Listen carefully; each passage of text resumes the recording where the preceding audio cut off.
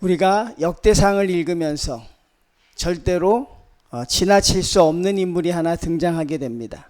그 인물이 누구냐면 바로 사울 왕이죠. 사울 왕이라는 호칭의 근거에서 보면 그는 한 나라의 왕이었습니다. 왕으로서 출발했던 사람이 인생에 있어서 가장 큰 실패자로 추락하는 경우, 참 여러분 그 추락의 강도가 참 크겠죠.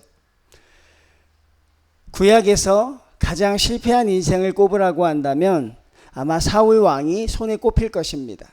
그리고 신약에서 가장 실패한 인물을 꼽으라고 한다면 아마 주저없이 또 가룟 유다를 꼽으시겠죠. 그런데 사울 왕과 가룟 유다의 공통점은 그 시작이 아주 좋았다는 것입니다. 한 사람은 이스라엘의 왕이었습니다. 그것도 초대 왕이었죠. 그리고 또 한 사람은 예수님의 12제자의 반열에 올랐던 사람. 정말 여러분 그렇게 너무나도 엄청난 출발을 했던 사람들이 결국 가장 약한 자로 추락하는 것을 보면서 우리는 이 부분에서 자유롭지가 않은 것입니다. 사울왕, 가룟 유다 참 훌륭하지 못한 사람이다. 그렇게 말하기에는 우리의 모습들이 거기에 많이 있다는 것이며 사울왕의 모습 속에서 우리 삶의 모습이 역시 겹치고 있기 때문에 우리는 사울왕의 말씀을 읽을 때 마음이 좀 불편해지는 것이죠. 성도님들, 가장 훌륭한 출발을 했지만 가장 안 좋은 결말을 맺었던 사람들이 바로 이 사울왕을 대표로 하는 사람들이죠. 그래서 여러분, 시작이 좋을 것이냐 시작이 좋지 않을 것이냐, 그것은 별로 중요하지 않습니다. 우리 한국에 요즘에 좀 뜸해졌지만 한동안 금수저라는 말이 참 많이 유행했습니다. 금수저. 뭔지 아시죠? 금수저가? 영어로는 골드스푼입니다. 출발이 아주 좋다는 것입니다. 아주 많은 재산을 물려받거나 아니면 아주 높은 가문에서 태어나거나, 우리가 그런 사람을 금수저라고 하죠. 그래서 금수저가 되지 못한 부모들은 자녀에게 금수저가 되기를 또 자꾸 이렇게 좀 해주려고 하는 마음들이 있어요. 나는 비록 흙수저에서 태어났지만 우리 자녀들은 금수저 집안에서 살게 해줘야지. 믿는 사람들을 제가 여러 번 이야기합니다. 그렇게 살지 말라고 제가 성도님들에게 많이 권면했어요. 그렇게 사시는 것 아닙니다.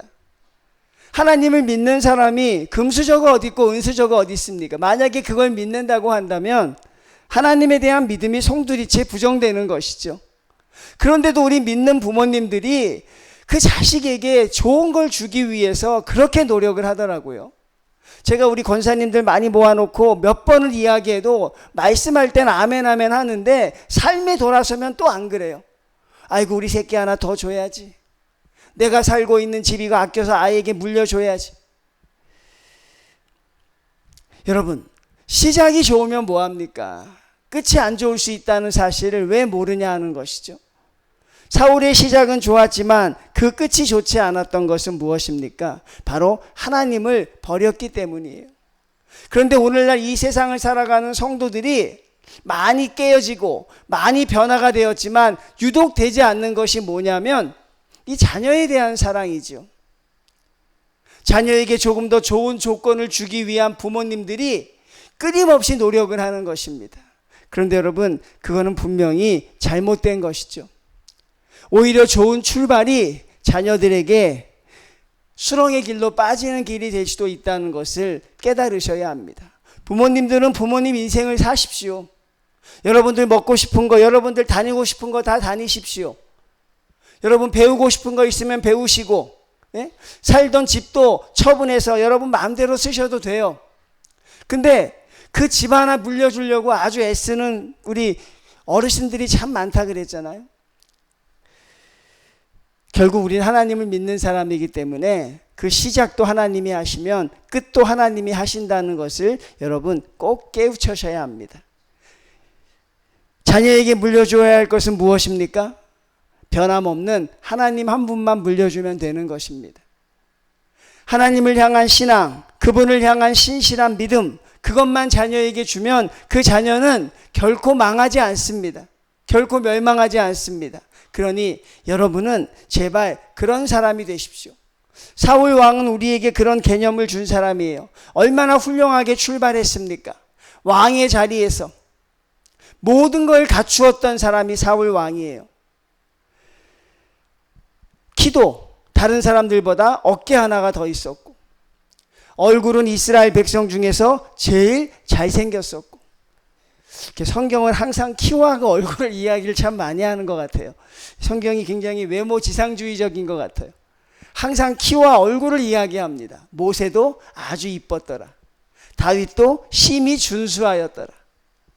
압살롬은 머리가 철렁철렁해서 보는 여자들마다 탄성을 자아낼 만큼 그런 미모였더라. 성경이 굉장히 외모 지상주의인 것 같은 사실이 들지만 사울 왕이 그러했어요. 얼마나 겸손했는지 몰라요, 여러분. 그 시작이 아버지가 나귀 새끼 하나를 잊어버립니다. 그리고 사울 왕을 불러서 찾아오라고 해요. 네, 알겠습니다. 흉내만 낼 수 있지만 사울 왕은 어떡합니까? 그 나귀 새끼를 전심을 다해 찾아요. 만약에 부천에서 잊어버렸다고 하면 인천이고, 여러분 저기 넘어서 어디예요? 뭐 전주고 대구고 다 내려가 찾는 거예요. 그렇게 아주 열심인 거예요. 근데 찾지 못했습니다. 그래서 어떻게 됩니까? 그 종 하나가 사울 왕에게 그 나귀 새끼가 어디 있는지 우리는 알 수 없으니 사무엘 선지자에게 가서 한번 물어봅시다. 그분이 대단한 분이니. 그리고 사무엘 선지자에게로 사울 왕이 찾아갑니다. 그리고 나귀 새끼를 물으러 갔는데 웬걸? 거기서 뜻밖의 왕의 자리에 오르게 돼요. 그리고 이 사울 왕은 사무엘의 그 왕의 추대에 거절하죠. 나는 가장 작은 자라고 할 만큼 완벽한 사람이었어요. 아버지에게 효심도 대단했고, 그리고 인격도 굉장했습니다. 왕을 거절할 만큼 나는 그 자리에 합당치 않습니다. 그렇게 거절할 만큼 그는 대단한 출발을 했던 사람이죠. 집안도 아주 부유했습니다. 베냐민 지파의 아주 유력한 가문이었기 때문에. 그렇게 좋은 출발을 했던 사람이 이제 무너져 가기 시작하죠. 완벽해 보였던 사람이 이제 무너져 가기 시작합니다.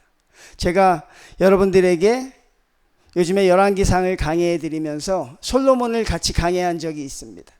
솔로몬은 아주 위대한 왕이었죠. 그런데 그에게 무너질 조짐이 보이기 시작한다는 걸 제가 말씀드린 적이 있어요. 그게 무엇입니까? 첫 번째, 애굽의 딸과 결혼하기 시작하는 것. 그것은 어쩔 수 없는 선택이었지만 솔로몬이 앞으로 무너질 수 있다는 그런 전조를 보여주고 있는 것이죠. 또 하나, 산당에서 예배를 드렸다는 것. 분명히 회막이 있는 곳이 있었는데 솔로몬은 산당에서 제사를 드렸다 그랬어요. 왜 그래요? 백성들과 융화하고 그들에게 보여주기 위해서. 그런데 그게 아마 나중에 솔로몬에게 굉장한 치명타가 될 것이다. 솔로몬이 무너지기 시작하는 전조가 있다는 것입니다. 우리나라도 이제 정권이 바뀌지 않았습니까? 그럼 새로운 정권에서 옛날 정권을 가끔 평가하지요.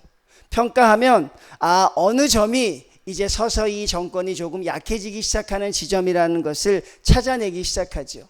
그게 바로 전조라는 것입니다. 그럼 여러분, 사울 왕이 무너지기 시작하는 전조는 무엇이었을까요? 사울 왕이 이제 무너져가는 전조가 되기 시작하는 가장 그 기본적인 게 뭐였습니까? 첫 번째, 예배의 실패자가 되고 있었어요. 의외로 여러분, 사울 왕이 무너졌던 첫 번째는 왕과 관련이 없는 것 같지요? 근데 결국 그는 예배의 실패자였다는 것입니다. 충분히 공감할 수 있어요. 얼마나 바빴겠습니까? 왕의 자리가? 얼마나 많은 공무와 처리해야 될 일들이 있었겠어요. 여러분 아시죠? 왕이 되면 얼마나 바쁠까? 얼마나 힘들고 어려운 일이 많을까? 처리해야 될 일들이 얼마나 많을까? 여러분, 그래서 사울 왕은 어떻게 합니까? 예배를 조금 등한시하기 시작합니다. 그게 바로 사울 왕이 실패한 전조가 되는 것이죠. 어떤 일이 있었습니까? 블레셋과 전쟁합니다. 전쟁할 때에 이스라엘 백성이 가장 먼저 하는 것은 하나님께 제사를 먼저 드리는 것. 오늘날의 예배지요. 그 예배를 드려야 하는데 하나님이 말씀했습니다. 사무엘이 올 때까지 7일을 기다려라. 1회를 기다려라라고 말합니다. 여러분, 전쟁을 대체하고 있는 상황에서 하루하루는 얼마나 여러분 이게 정말 피가 타는 시간이겠습니까? 그럼에도 불구하고 하나님은 기다리라고 말합니다. 그게 하나님의 말씀입니다. 기다려라. 그런데 어떻게 합니까? 사울 왕은 7일을 기다립니다. 믿음이 없는 게 아니었어요. 기다립니다. 그런데 사무엘이 오지를 않는 것이에요. 이러다가 전쟁이 정말 큰일 나겠구나. 그래서 어떻게 합니까? 그가 사무엘을 기다리지 않고 그가 스스로 제사장직을 수행하고 맙니다. 그게 바로 사울 왕이 실패하기 시작하는 첫걸음이었어요. 예배의 실패자가 되었다는 사실입니다. 여러분, 예배에 실패하면 모든 게 실패하는 것입니다. 믿습니까? 여러분들 절대로 예배에 실패하시면 안 돼요. 오늘 교회 나가기가 싫으십니까? 그래도 나오셔야 돼요. 오늘 해야 될 일이 많고 너무나도 마음이 복잡해도 그래도 여러분 예배당의 자리에 앉아 있으셔야 합니다. 왜? 그게 나를 살리는 것이기 때문에. 여러분이 만약 무너진다고 한다면 여러분의 시작도 아마 예배가 될 것입니다. 우리 오늘 박승훈 성도님이 제 시간이 안 와 제가 전화를 드렸어요. 안 받더라고요. 그래서 못 오시나 보다 생각했는데 오셨어요. 그래서 왜 늦게라도 오셨네요 했더니만 몸이 너무 안 좋아서 오기 싫었는데 억지로라도 왔다는 거예요. 잘했다 그랬어요. 오셔서 좋을 수도 있고 그렇죠? 오셔서 마음을 좀 뺏길 수도 있지만 잘 오셨다 그랬어요. 예배는 그렇게 여러분들이 지켜나가야 하는 것입니다. 예배를 소중히 여기는 사람만이 하나님 앞에 승리자가 될 수 있다는 사실이죠. 근데 놀라운 사실은 예배의 실패자는 예배당 밖에 있는 사람들이 아니에요. 예배의 실패자와 성공자는 이 시간 여기서 나오는 것입니다. 밖에 있는 사람은 예배의 실패자가 될 자격도 없지요. 예배에 참석하지 않았기 때문에. 예배에 참석했던 사람들 중에서 예배에 성공한 사람, 다윗과 같은 사람이 나오고 사울과 같은 사람이 나와. 항상 같은 무리에 있는 것입니다. 일주일을 기다립니다. 그런데 사울 왕은 마지막 하나님이 하라고 한 그걸 지키지 못한 것이죠. 저는 성도님들이 예배에 참석자가 된 것은 참으로 기쁨이라고 생각합니다. 그런데 여러분, 이 우리 중에서 말입니다. 예배의 성공자와 예배의 실패자가 생겨날 수 있다는 사실이죠. 하나님 앞에 예배에 충실히 드리는 성도들이 되셔야 합니다. 처음부터 끝까지 하나님을 만나는 성도가 되십시오. 10개 다 잘하다가 한 가지 못해도 예배의 실패자가 되는 것입니다. 분명히 기억하십시오. 예배에 참석한 자들 가운데서 예배에 성공한 사람과 예배에 실패한 사람이 나오는 것이에요. 참석했다는 것에 여러분 마음을 빼앗기지 마시고 하나님 앞에 최대한 하나님의 말씀을 지키기 위해 예배를 성실하게 여기는 성도들이 꼭 되셔야 합니다. 그게 바로 여러분 사울 왕이 무너지기 위한 첫 번째 단계였다는 것이에요. 그러니까 무엇입니까? 꼭 해야 할 일과 내가 처리해야 할 일을 사울은 혼동한 것입니다. 여러분이 꼭 해야 될 일은 예배입니다. 여러분들이 먼저 해야 될 일도 예배입니다. 가장 바쁘게 해야 될 일도 예배라는 것을 여러분 꼭 생각하시고 여러분들은 예배에서 성공자가 되시길 바랍니다. 바로 13절에 나오는 것이 그것입니다. 사울이 죽은 것은 여호와께 범죄하였기 때문이라. 예배에 소홀하게 되면 그 다음에 어떤 단계에 이르게 될까요? 내가 예배를 드리지 않으면 아무 영향력이 없을까요? 그렇지 않아요. 사울이 우리에게 철저하게 보여주고 있는 거예요. 우리가 예배에 등한시하게 되면 그 다음에 하나님의 말씀을 순종하지 않습니다.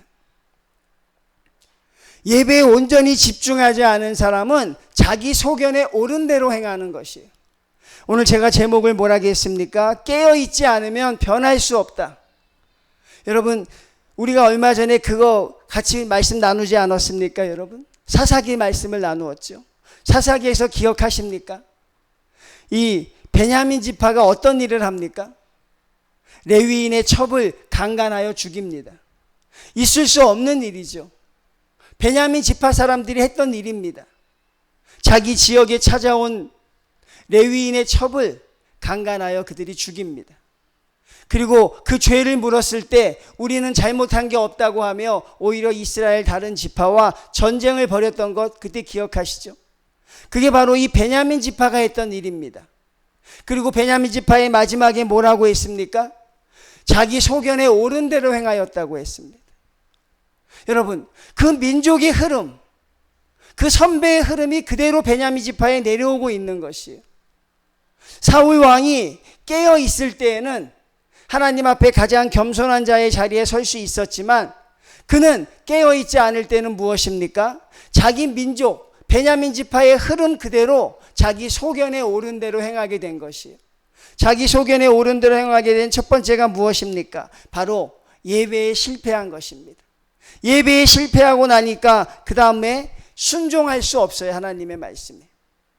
사울의 인생에서 보면 두 가지 큰 실수를 하게 되죠, 여러분. 어떤 실수를 하게 됩니까? 첫 번째 불순종은 블레셋이 쳐들어왔을 때 오늘 이래 동안 기다리라는 하나님의 정한 기간을 무시하고 사무엘이 오기 전에 예배를 드렸던 것, 이 영향이 있는 것이고, 두 번째는 무엇입니까? 바로 그 영향이 아멜렉 족속을 완전히 물리치라고 했을 때 사울 왕이 어떻게 합니까? 왕을 살려주고 가장 좋은 것을 자기가 취하는 그런 일을 하게 되죠. 예배에 등한시하게 되면 그 다음엔 하나님의 말씀에 순종하지 않게 됩니다. 하나님의 말씀을 자꾸 재해석하려고 합니다. 하나님의 말씀을 자꾸 내 형편에 맞추려고 합니다. 내가 할 수 있는 최선의 것을 다하려고 합니다. 여러분, 성도는요, 최선을 다하는 삶이 아닙니다. 하나님, 내가 생각해서 열심히 했습니다. 하나님, 내가 이렇게 하면 좋을 것이라고 해서 내가 이렇게 했습니다라고 하는 것이 아니라 하나님이 원하시는 것은 무엇입니까? 하나님의 말씀 그대로를 순종하는 것이에요. 더 잘하려고 하는 것도 아닙니다. 그냥 말씀 그대로 하면 되는 것이지 여러분이 생각할 필요가 없어요. 사울 왕은 생각했습니다. 하나님이 아멜렉 족속을 다 물리치라고 했을 때 하나도 남겨두지 말라고 했어요. 근데 사울 왕은 어떤 생각을 합니까? 다 죽일 필요가 뭐가 있어. 좋은 거는 우리가 갖다 쓰면 얼마나 좋아. 이런 합리적인 생각을 하게 되죠. 거기서 무너지는 것입니다. 하나님의 뜻과 반대되는 생각이 바로 이성적이고 합리적인 생각이에요. 성경은 이성적이지 않습니다. 나아만 장군에게 요단강물에 7번 들어가라고 한 것, 그게 여러분 이성적입니까? 이성적이에요? 여리고성을 7바퀴 돌고 마지막 날에 소리 지르라고 한 게 그게 이성적입니까? 하나도 이성적인 게 아니에요, 여러분. 성경은 우리의 생각과 다른 것입니다. 성경이 우리에게 요구하는 것은 하나님의 말씀에 순종하는 순종 그대로를 보는 것입니다. 예배를 드리지 않으니 어떻게 됩니까? 교만해지죠. 교만해지니까 어떻게 돼요? 하나님의 말씀을 들었을 때 하나님, 그것보단 이게 훨씬 좋은 것 같은데, 하나님, 그 방법보단 이렇게 하는 게 안 낫겠습니까? 그 왕을 살려주어서 그 왕에게 재물을 받아내고 그리고 좋은 건 우리가 차지해서 하나님께 드리면 하나님 훨씬 더 좋지 않겠습니까? 그런 생각을 하게 되죠. 그게 바로 여러분 누구의 생각이었어요? 사울의 생각이었습니다. 여러분, 여러분의 인생과 저의 인생이 실패의 길로 가기 시작할 때 우리는 그런 생각들을 합니다. 좀 더 지혜로운 방법이 없을까? 좀 더 합리적인 방법이 없을까? 그게 우리의 생각이라는 것입니다.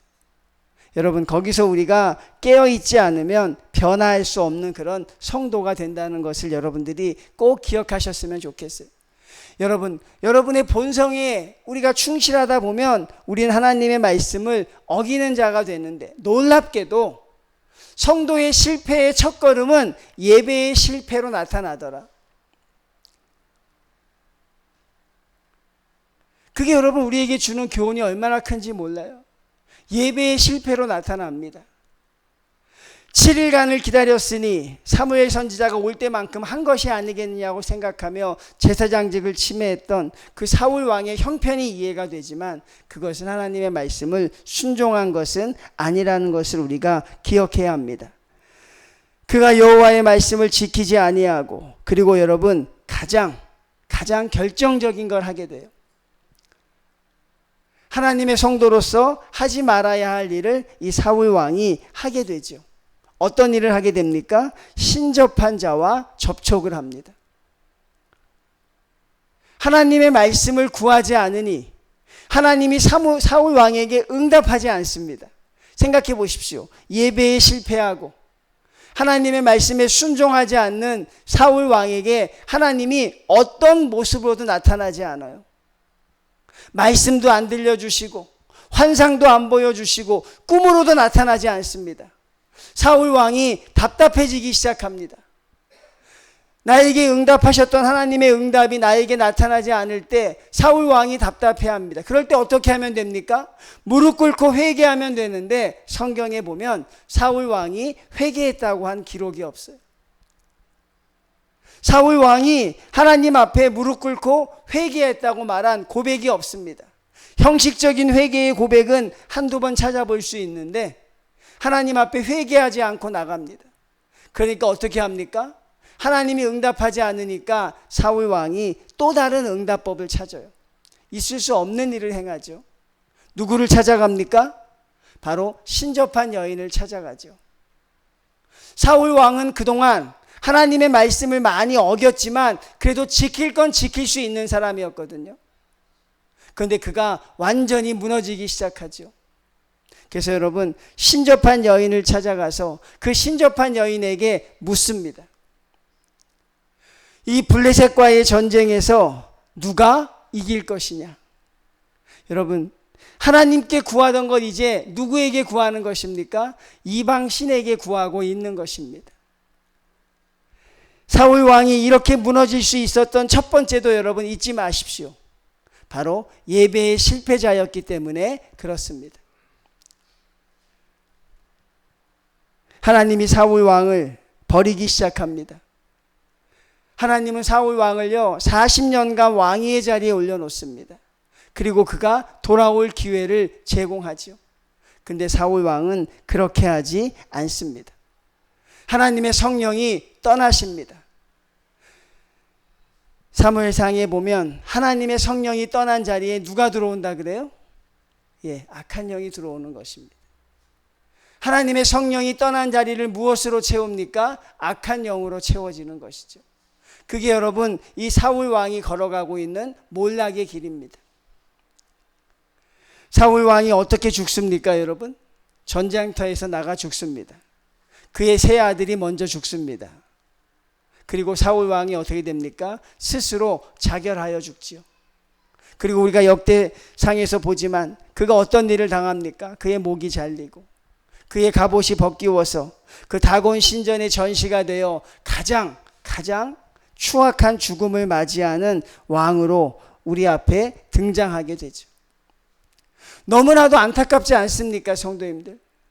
그 모든 걸 갖추었던 사울 왕이, 그 어느 것도 하나 약한 것 없었던 사울 왕이 왜 이런 마지막을 해야 될 것인가?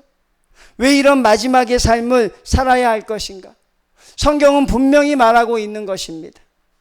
그것은 무엇입니까? 성도들이 하나님에게 예배드리는 것을 실패하기 시작할 때, 예배가 약하여져 갈 때, 그때 성도들의 실패의 시작은 시작되는 것입니다. 여러분과 제가 무너져 가는 것입니다.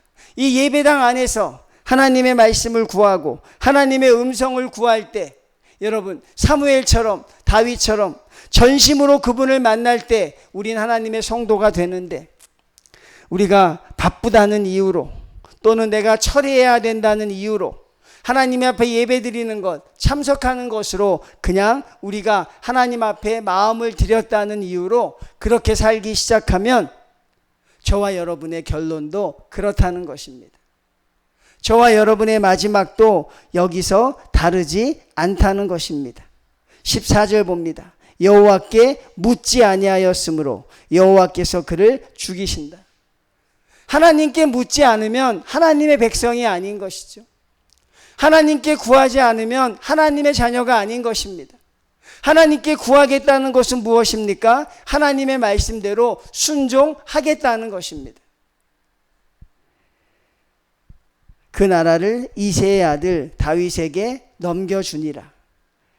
사랑하는 성도님들, 하나님을 의지하지 않으면 우리는 인생을 살아갈 수가 없습니다.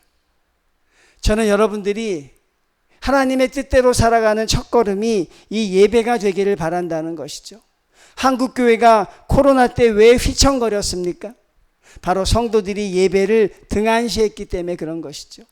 예배를 등한시한 민족은 살아날 수가 없는 것입니다. 우리는 여러분 본능적으로 깨어있지 않으면 변할 수 없어요. 저와 여러분이 깨어있지 않으면 하나님의 말씀의 성도대로 살아갈 수 없다는 것입니다. 우리의 본능이 악하기 때문에, 우리의 생각이 악하기 때문에 하나님 앞에 간구하고 우리가 깨어있지 않으면 우리는 하나님의 성도로 살아갈 수 없다는 것을 여러분들이 반드시 기억해야 합니다.